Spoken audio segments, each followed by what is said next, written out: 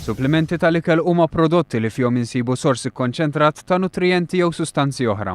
Dawn ġeneralment jiġu f'forma ta' pilloli, boros, likwidi jew trap u ħafna midrabbi mibjuha f'dożi. Biex pajjiżna jkun konformi mal-liġijiet Ewropej u biex jiġi protett il-konsumatur, il-Gvern ħass il-bżonn li jniedi white paper bilan li jaġġorna il-Food Supplements Regulation li tnidiet fl-2003. Għal dan il-Ministru għas-Saħħa Godfrey Farrugia f'konferenza tal-aħbarijiet fejn nieda white paper bl-isem Importation and Sale of Food Supplements. F'dawn l-aħħar snin f'Malta l-użu ta' supplementi tal-ikel żdied, kemm min-naħa tal-industrija kif ukoll permezz ta' xiri fuq l-internet. Permezz tal-white paper il-Ministeru tas-Saħħa jixtieq jiżgura l-kwalità ta' dawn is-supplementi tal-ikel u jkun regolarizzat il-konsum ta' dawn il-prodotti. Hemm ħtieġa li inħarsu iktar konsumatur lokali mod partikolari minn dak li hu stess jimporta minn barra minn Malta.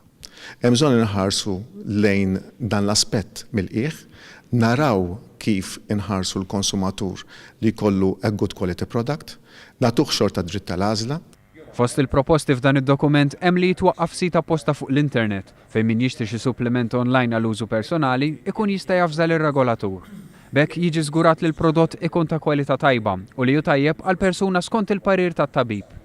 Barra minn hekk huwa importanti li min ibih dawn il-prodotti fil-ħwienet ikun ħadd taħriġ neċessarju kif stipulat mill-Kummissjoni għas-Sigurtà fl-ikel.